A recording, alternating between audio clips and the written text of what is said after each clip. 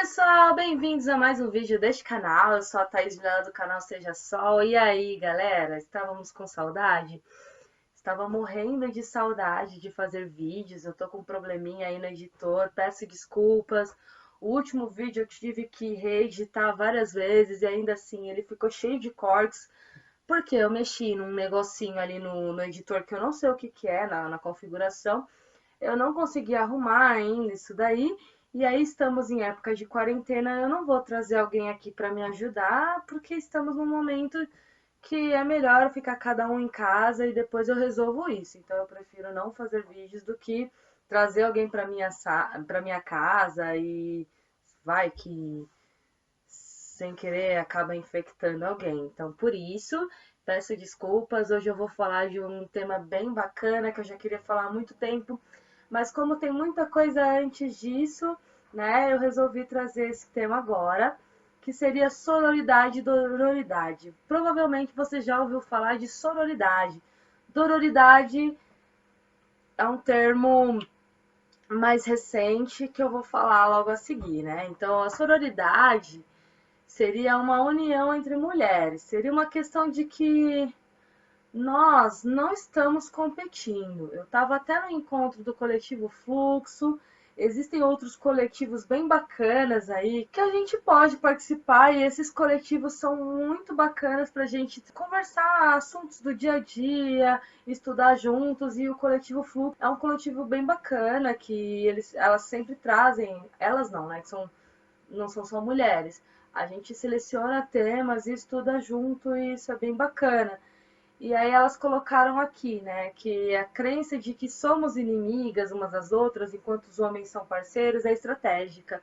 Serve para manter o patriarcado e a dominação masculina. Márcia Tiburi. Na verdade, o que acontece? A gente, na sociedade, tem uma crença de que mulheres são rivais e homens são amigos. E da onde que vem isso? Vem lá de trás. Se vocês viram os vídeos do livro Mulheres e Caça às Bruxas, vocês vão perceber que foi uma coisa que foi meio assim, a mulher foi se reeducando. Que antigamente, lá na Inglaterra, antes da Inquisição, antes de toda essa questão da caça às bruxas, as mulheres se reuniam em grupos para fazer as coisas juntos, criar os filhos juntos, lavar roupa juntos, e isso começou a ser mal visto, né? E aí, no decorrer do tempo, as mulheres que se reuniam eram ridicularizadas e depois elas começaram a ser penalizadas. E aí a questão do gossip, que antes era a questão de serem irmãs, que tinha toda aquela questão da irmandade mesmo entre mulheres, união, virou a questão de fofoca, algo pejorativo, que elas deveriam se envergonhar, fora todas as torturas que essas mulheres sofriam, né, quando eram acusadas de gossip. A questão da sororidade também ela já aparecia muito antes em tribos africanas, que é muito comum as mulheres cuidarem dos filhos, lavarem roupa, fazerem as coisas tudo juntas. E tem algo parecido, lógico que com outra palavra, mas que também se encaixa nessa sororidade. Mas a gente sabe que existe o preconceito, sim, e tudo que vem da África não é valorizado. A gente sabe que a gente só consegue ver a África sempre como pessoas passando fome e que não tem estudo e como se não tivesse coisas boas ali. Então, quando esse termo veio para a cultura mais do branco, para a Europa, pra autoras brancas começaram a falar desse termo sororidade, aí sim ele começou a entrar na moda. E aí todo mundo começou a falar sobre ele. Essa sororidade seria uma empatia, né? Não é uma questão de passar pano. Tem muita gente que fala, sororidade é passar pano para outras meninas. Não, não é passar pano. Mas é a gente não odiar outras mulheres por serem mulheres. Ué, mas como assim? A gente tende a julgar muito mais a mulher do que o homem, né? Eu estava falando da questão dos coletivos, eu acho muito interessante a gente se unir. E quando a gente estava no encontro realmente sobre esse tema aí do coletivo Fluxo, eu lembro que a Joy, minha amiga fantástica, chegou e disse assim: legal que na minha empresa começou a ter um coletivo onde eles trazem palestras de mulheres vencedoras, mulheres que inventaram coisas. E aí ela falou, olha, legal esse coletivo, mas você percebeu que as mulheres da faxina também são mulheres e também poderiam estar nesse coletivo, ou você chamou só as pessoas que estão num cargo de destaque já? Porque o certo é, se é para fazer um coletivo para todas as mulheres que estão na empresa, é para fazer um coletivo para todos os cargos da empresa, seja ela trabalhando na cantina, na equipe de limpeza, todas as mulheres têm que ser acolhidas. E qual é o fato da gente invisibilizar muitas vezes as mulheres que estão na limpeza ou copeiras? A gente não está se unindo, a gente está continuando a unir aquelas mulheres que já estão numa condição privilegiada, então a gente não está de fato fazendo essa sororidade acontecer de uma forma efetiva como deveria ser. E muitas vezes a gente está tão acostumado a isso que a gente não percebe, né? Então, como que a gente pode praticar essa sororidade? Justamente não julgando mulheres por terem atitudes diferentes das que você teria. Por exemplo, sabe aquela questão do aborto? Se eu tenho uma vida confortável, se eu não vou passar fome, se eu sei de tudo isso, né? Por mais difícil que seja, e eu tenho certeza que eu não iria abortar, não é por causa disso que eu não posso ver o lado da mulher que sempre acaba abortando, porque não é porque você é contra o aborto que essa mulher não vai deixar de abortar. E por que ela vai abortar? Porque muitas vezes ela não tem comida nem para ela dentro da casa dela. E esse aborto é uma coisa assim, seria uma solução. E ela vai tentar abortar, ela vai usar métodos aí que talvez levem ela a ou a não ter a não poder mais ter filhos, porque são métodos extremamente agressivos, ou colocar essa mulher numa condição onde ela acabe morrendo tentando abortar, né? Então, isso é uma questão de sororidade, eu não vou julgar. Ou então, muitas vezes, o cabelo, vai. A gente julga muitas vezes uma mulher que raspa a cabeça e você não sabe nem o porquê que ela tá raspando, o que que é aquele. O fato dela raspar a cabeça traz, o que que isso remete para ela. E a gente acaba julgando. Eu já vi gente ter raiva, mulheres terem raiva, chamar uma mulher que raspa a cabeça de porca, ou a mulher que não se depila por uma questão, às vezes, de militância, ou às vezes uma questão de saúde, a pessoa acaba não se depilando ou esqueceu, e essa mulher acaba sendo julgada por ter essa atitude. Fora a vestimenta, fora outras questões.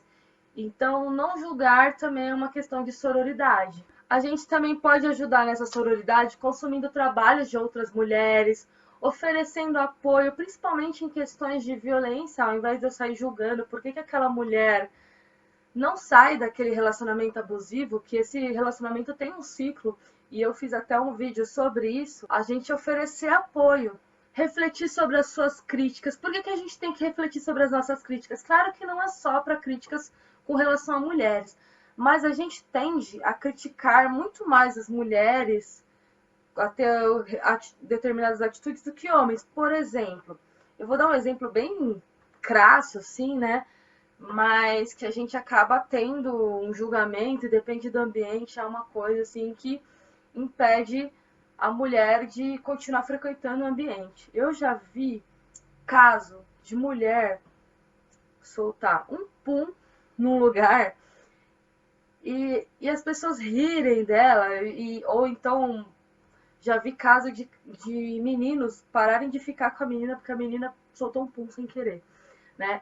Existem outras situações, claro, né? Às vezes até no próprio ambiente de trabalho a gente acaba apoiando uma liderança masculina e a gente acaba criticando mulheres que estão numa liderança um pouquinho mais enérgica, porque a gente não consegue aceitar mulheres ali, entre outras coisas. Então não é passar pano, né? A gente tem que entender que toda vez que eu for criticar uma mulher, eu tenho que parar e refletir se eu faria essa mesma crítica a um homem. Muitas vezes a gente acaba sendo mais enérgico e às vezes nem é tão consciente assim, né? Mas a gente acaba fazendo uma crítica específica para a mulher, acreditando que uma mulher não deveria agir daquela forma. Mas se um homem agir da mesma forma, eu não vou criticar. Sim, concordando ou não, a gente acaba sendo mais enérgica quando a gente critica mulheres. Tem um filme que é legal para a gente se colocar no lugar do outro e a gente fazer esse exercício, é aquele filme Eu Não Sou um Homem Fácil, que o cara é super machista e aí ele fala dessa questão do feminismo como sendo mimimi ou como se as mulheres fossem agressivas só por elas quererem direitos iguais e lutarem por isso muitas vezes. E aí ele bate a cabeça e de repente ele está num mundo invertido onde as mulheres estão na liderança e elas fazem as mesmas coisas do que muitos homens acabam fazendo naturalmente. Então é uma forma de se colocar no lugar do outro. Outras formas da gente exercer essa sororidade, ouvir, a gente dar voz a outras mulheres e se colocar no lugar da outra, como eu já havia falado. É estabelecer uma rede de apoio entre mulheres, né? E fazer com que elas sejam agentes de transformação na vida de umas das outras. Então a questão dos coletivos é muito bacana. E eu percebo que existe uma invisibilização aí para algumas mulheres, que é o que eu falei, às vezes a mulher negra, a mulher da faxina, a mulher num cargo que às vezes ele fica sem ser visto, né? Por exemplo, eu tenho um caso que uma professora minha chegou a falar que quando o filho dela entrou na escolinha, eles mostraram o nome de todos os funcionários da escola. Olha, essa aqui é a diretora, essa aqui é a professora, essa aqui, todos os cargos, menos os terceirizados, que eram as pessoas da faxina e as pessoas da merenda. E aí ela me falou o seguinte: olha, existe um racismo que ele é estrutural e a gente muitas vezes sem perceber acaba exercendo esse racismo estrutural e fazendo esse tipo de coisa. A gente invisibiliza determinados profissionais e logo a gente já mostra que aquele profissional é menos importante do que o outro. E isso é uma forma de perpetuar esse racismo. Quando a gente traz esse tipo de palavra à tona, a gente cria uma palavra para isso, a gente passa a perceber que aquilo está existindo. E o que a minha professora falou mais uma vez é que, naquele dia, o meu filho percebeu quem é importante, quem não é. Então, ali ele passou a perceber que não são todos iguais. E aí, a questão da dororidade fala da mulher preta. Já me disseram que o termo preto é mais correto de usar do que o termo negro. Mas aqui no Brasil a gente acaba trazendo o termo negro, ele é muito mais comum de aparecer. Então, o termo dororidade é da Vilma Piedade, é um termo mais recente, porque a Vilma Piedade diz o seguinte: eu não estou falando que o termo dororidade tem que ir no lugar da sororidade, mas como é uma coisa, existem dores que só uma mulher negra sabe. Então é uma cumplicidade entre mulheres negras, né? Pois existe dor que só as mulheres negras reconhecem. Por isso, a sororidade não alcança toda a experiência vivida pelas mulheres negras em seu existir histórico, que é aquela questão de que a gente já sabe, né? Tem a questão da Sojourner Truth no discurso Eu Não Sou Uma Mulher, porque o feminismo começou de uma questão de mulheres brancas, né? A mulher negra sempre precisou trabalhar, ela sempre teve outras especificidades. E a mulher branca, na época da Revolução Industrial ali, que ela estava querendo seu espaço, direitos iguais, melhores salários, melhores condições de trabalho, do que muitas vezes o homem tinha equipamentos que a mulher não recebia, né? E então tinha a questão do voto, tinha um monte de questão que o movimento feminista começou a lutar por, foi importante, porém era específico da mulher branca, né? Que acabava não encaixando a mulher negra ali. Por isso que existe o feminismo negro. E aí, com esse termo dororidade, a gente consegue perceber que mulheres negras se reconhecem pela dor. E muitas vezes a gente só percebe muita coisa que a mulher negra sofre com outra pessoa falando, que é o caso da maquiagem. Mas agora tem maquiagem para pele negra. Ok, cada vez está mais comum Ainda assim, não são todas as marcas que têm a maquiagem para pele negra, ainda é uma coisa muito difícil. Muitas vezes tem várias maquiagens para pele branca, mas a pele negra não tem. Tem marca que simplesmente não fabrica. E às vezes, quando essa maquiagem aparece, ela aparece com um nome pejorativo, né? Um nome que mancha a imagem da cor negra. Enquanto o termo, né, o nome da maquiagem para pele clara é sempre uma coisa delicada, angel, não sei o que, não sei o que lá. Para pele negra é carvão, café, sabe? Então já é uma questão também para a gente refletir. Então, mais uma vez, esses termos aparecem para a gente poder focar nesse tipo de questão e mudar. Aqui a gente não está falando de mimimi, simplesmente da gente se unir de verdade. A gente percebendo que existe sim uma mulher da faxina que muitas vezes ela não sabe de muita coisa e por isso ela acaba achando que é normal sofrer uma violência doméstica, né? E às vezes a gente trazer isso à tona, às vezes não, a gente precisa trazer isso à tona para a gente transformar a realidade. Então, o feminismo, não existe feminismo se a gente não assume a luta antirracista. Quando eu falo de mulheres, a gente tem que perceber de que mulheres eu estou falando. A sororidade é um passo importante para o entendimento dessa necessidade que a autora evidencia na sua escrita. Então, assim, se a gente não inclui a mulher negra, não há uma democracia plena, entendeu? Eu vou acabar falando para aquelas mulheres que já estão bem-sucedidas. E eu não estou falando para outras mulheres que elas também podem alcançar o meu lugar ou um lugar maior do que o que elas estão naquele momento, né? Isso que seria a dororidade. Espero que vocês tenham gostado do vídeo. Surgiram outros temas aí. Peço desculpas pela demora nos vídeos. É que eu realmente estou com problema no editor de vídeo. Gente, fiquem em casa. Cuidem-se. Tchau, tchau.